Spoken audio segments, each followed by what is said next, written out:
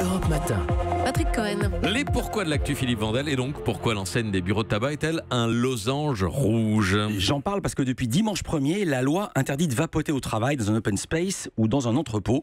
L'amende est de 35 € et 150 € avec les pénalités de retard. Alors je me dépêche de faire ce pourquoi avant qu'il n'y ait plus de bureaux de tabac en France. Alors, on les reconnaît dans la rue à leur double cône de couleur rouge vif que les détaillants et les fumeurs appellent la carotte. Et donc pourquoi cette forme? Quel rapport entre une carotte et le tabac? Eh bien, il y a 2 siècles, en Europe, la consommation de tabac faisait un tabac. C'est ma page d'humour matinale. Et à cette époque, les cigarettes n'existaient pas et encore moins les paquets. Les feuilles étaient vendues sous la forme de rouleaux allongés que l'on râpait pour en faire une poudre, le fameux tabac à priser. Et les premiers à vendre du tabac ont été les épiciers et les apothicaires.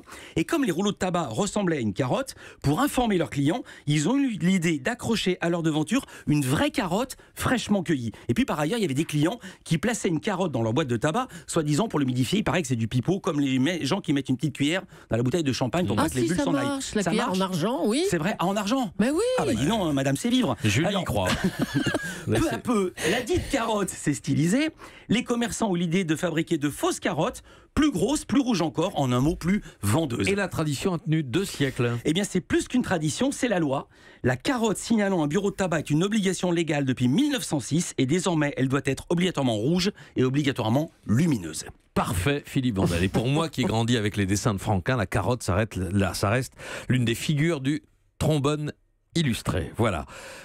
Village Média. On n'a pas la référence, mais on... Le trombone illustré, c'est un petit strip que Franquin faisait dans le supplément de Spirou qui s'appelait le trombone illustré. Et on voit notamment une carotte accompagnant un fumeur en phase terminale en train de pousser tous ses poumons. Village Média tout à l'heure, Philippe Vandel. Les invités seront Aude Rossignol, futur rédac-chef de Le Média, future chaîne voulue par Jean-Luc Mélenchon, et Marie-Ève Malouine, la présidente de LCP, la chaîne parlementaire, qui récupère aujourd'hui les questions au gouvernement jusqu'à maintenant sur France 3. Très bien, à tout à l'heure, Philippe Vandel. À tout à l'heure. 9h30.